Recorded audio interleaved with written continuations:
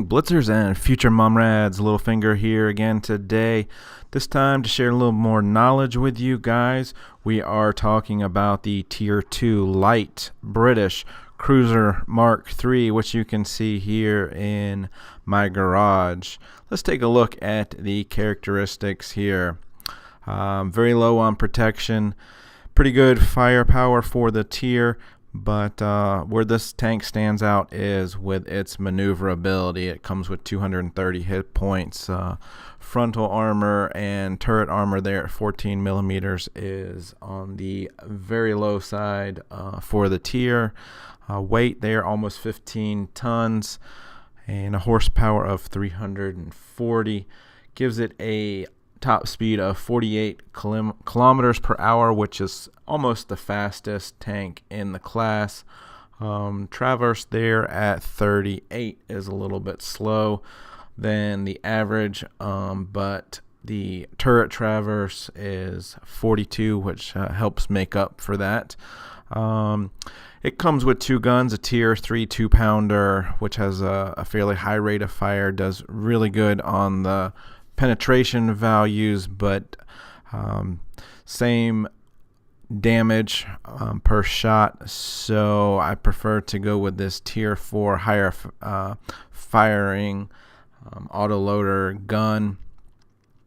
So let me pull up the spreadsheet real quick and we'll take a look how it compares to other tanks in the class.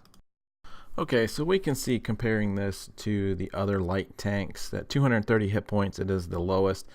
Turret and hull armor there are also the lowest outside of the Hagao. But where this tank stands out is with its engine horsepower and top speed and turret traverse. And you can see there that on the bottom, the average damage at 45 is right in line with the average for the class. Where it makes up for it is with that high rate of fire there at 17.6, and the dispersion's a little bit better than average, as is the aiming time. So let's take a look at how I have this set up. Alright, back in the garage here you can see the cruiser.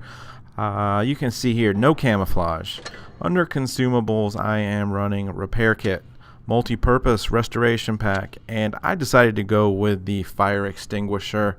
I see a lot of people running this with the engine power boost, but I didn't find that to be necessarily that helpful in the smaller maps that this tank runs on. So as far as provisions, I'm running standard fuel, black tea, and protective kit. And if you guys are hesitant on spending the extra credits on this, I do highly recommend the protective kit, primarily for the reduction in chances of fire. So anyway, ammunition here, you can see I am running 39 rounds of APCR, a few rounds of HE. As far as the Pramo in the middle there, the APCR, you can change that to credits just by clicking on the shell price button. And then as far as equipment goes, the enhanced gun lane drive, the vents, and there's really a toss-up between the third one. You could probably just leave this off if you wanted to. I went ahead and ran it with the lights ball liner. I'm not sure that it helped out too much. You might want to go with something in the binoculars or coated optics that gives you a little bit view range. One last thing with this tank, we go to the tech tree here. You can see the cruiser there at the bottom. Works its way up through the Cromwell Comet, both really good tanks, Centurion, and finally at tier 10 to the FV 4202. Let's take a look at some gameplay. Alright guys, here we are with our first game on Copperfield, the old Copperfield now, after the release yesterday, October 4th, 2016. Anyway, here I am top tier, so you know what, I'm going to be a little bit more aggressive than I normally would. And so I'm going to push right around the corner and see if I've got anyone spotted up. And you can see here with the autoloader, go ahead and get 132 damage in there, basically in one shot essentially. Wait for the reload, and get another 3 shots in there and finish him off. No one else has popped up yet, so I'm going to go ahead and just push around the corner, testing my luck. And sure enough, there's the only tank. I do have one guy spotted off to my right now. You can see he popped up with the arrow to the right, and this is that medium. He's climbing the hill, so I'm just got back up, and I got time to reload, shoot him in the front, take out his engine, and with a little bit of teamwork, we get rid of him. So this guy is now just a one-shot, and actually not even a one-shot. No point even wasting some ammunition there. Can go ahead and save it for this guy, and he manages to dodge one of my shots there. So I'm going to turn around and face him. Always face your targets. Try to keep your tank angled. I get shot there further off to the left, but focus on him and take him out for kill number 3. Again, I get shot one more time, and I'm going to push down the hill. Alright, it's a Renault Atsu, so I'm going to circle around him. He's got a slow turret, and his sides and rear are obviously the weakest spot, so that's where I'm going to aim for. So I've kind of slowed down coming up the hill, but I will get a speed boost coming back down it here, and you can see his turret hadn't turned around, so I was able just to stop at the top of the hill. One guy left, and I'm just going to sit up here and be patient, aim in real well, and get the kill there for kill number 5.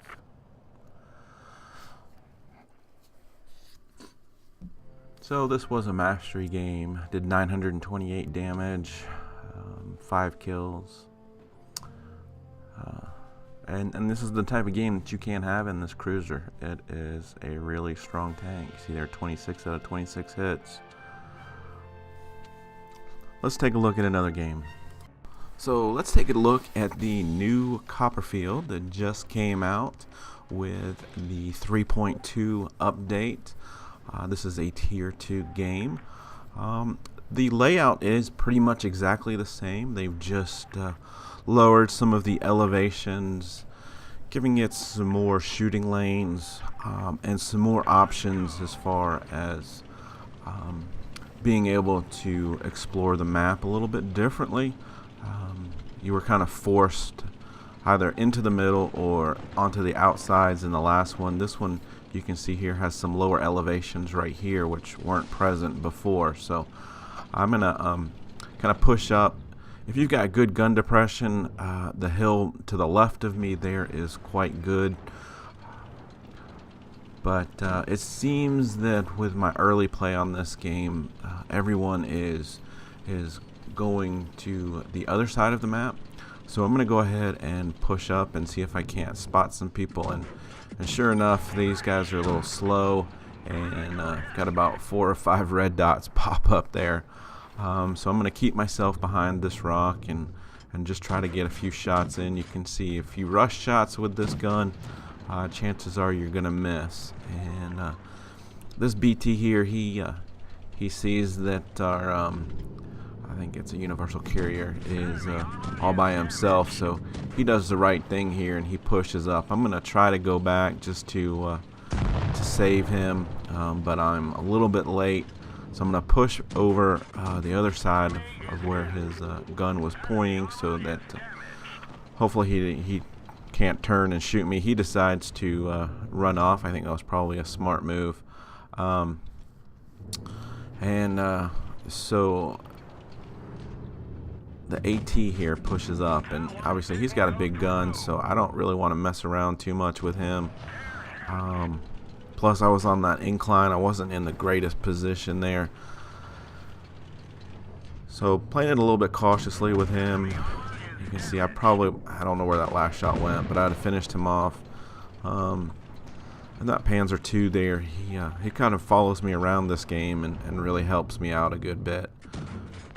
The Renault Atsu's pushed up, but he's left himself wide open. I've got the carcass here of this dead tank in front of me to hide behind. I'm going to go ahead and just finish him off and push back up to the corner. where I know I've got some hard cover. I see they've got a couple guys that are spotted now on the other side of the map, so probably only one or two guys down here. Sure enough, there's two. The T1's a one-shot. Go ahead and finish him off. They have taken care of our player on the other side, so I know this guy is all alone here. So go ahead and push onto the other side of this building so that the two other guys don't have any shots on me. And this guy looks like he's on the run, so I'm just going to wait for him. I missed that first shot. Missed that shot. I think it bounces, but the third shot sets him on fire. So get the job done there. You can see that Panzer here. He's still tagging along with me. You know, and this is a good strategy. You guys can focus fire. Of course, he is driving in front of me, which makes it a little more difficult. I really want to get this kill here, so I'm going to push up, take my shots. I'm willing to eat a shot or two because I have the hit point advantage. He puts a few shots there into the medium, and I'm going to just go ahead and push around. Again, not worrying so much about cover anymore. I'll take a shot here, which I do, because I know I can finish him off in one round. So 5 kills, that's the new map. It's got a little bit different game style. Obviously, you can shoot all the way across the map a little bit easier. But again, this fast tank gets around 723 damage. That was another mastery. 19 shots, 17 penetrations. So let's take a look at another game. Alright, here's a game on Fort Despair. You can see I am top tier. Tell the team I am going to go left, hoping to keep everybody in line and not have guys going off right. I'm going to push up to the far corner, keeping an eye on my team, seeing if anyone spots up. Someone spotted that T2 medium. I am going to round the corner and see if I can't sight him up. You can see when you're moving, this tank does not aim very well. I get 3 shots into him. I am spotted, so I'm going to back up while I reload. And you can see here, second shot misses left, and third shot hits the dirt. If I'd have been a touch more patient with the aiming time, I would have not had to reload to take him out. So he pushes forward, and I take him out. I've got 2 shots in the magazine, so I'm going to go ahead and take those here and back down while I'm reloading. Check to make sure there's no other spots there that I'm not in danger of getting shot. Go ahead and finish him off and look for another target. If I peek around the wall there, the medium shows up. Only had 1 shell in my magazine, so I'm just going to back up. You can double tap on the AP button and it will automatically reload for you. Go ahead there and get 2 out of 3 more shots into him. I should be able to finish him off on the next reload here. Can shoot through tents, so go ahead and take him out. Any soft cover you can shoot through, whether or not you can see that tank or not. Like bushes or tents or boxes, those type of things you can shoot through. So I've got 3 targets on the other side of the map. That MS-1 does not pose me any danger at the moment, so I'm going to go find some bigger targets. There's this low medium here, shooting on the run. Looks like I get 2 out of 3, and I am going to turn around while he turns his turret, but does not turn his tank, and he starts turning his tank the wrong way.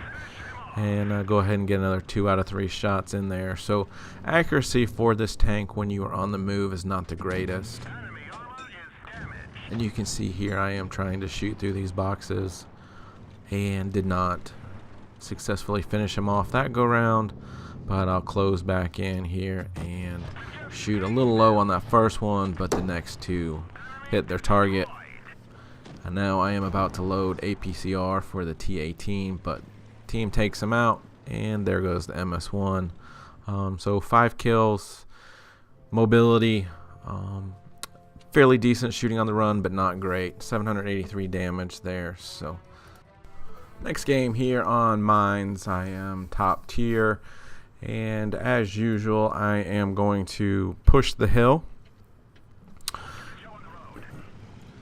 As I do, I like to check the mini-map there at the top and make sure that I have support behind me. You can see the line of green coming up because of exactly this situation. I am now one-on-one with the cruiser, exact same tank as myself, and we are now one shots. And luckily, I had support and he was taking out. He did not have support, or else I would have been probably killed in that exchange also. And you can see I am barely hanging on here with 7 hit points. So I am just a one shot at this point, so my strategy in this game is a little bit different, certainly much more conservative, which means that I need to make sure that I always have a place I can get to quickly for protection, and I also want to make sure that there aren't people with shots on me. So you can see here I'm just edging forward, getting those few shots there in the AT1, waiting to reload after I back up, and then I'll cautiously come back down the hill here. And actually I only take one shot. I see that he fires, and so I go ahead and pull forward and take my 2 shots, and then back up again, waiting for the reload. He's taken out by a teammate. And all of a sudden this game is a 7-on-2.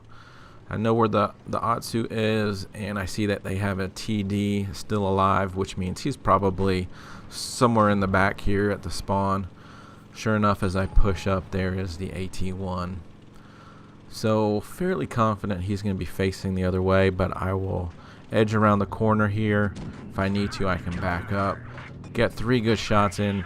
Now that he's a TD, I know he's not going to turn and get me.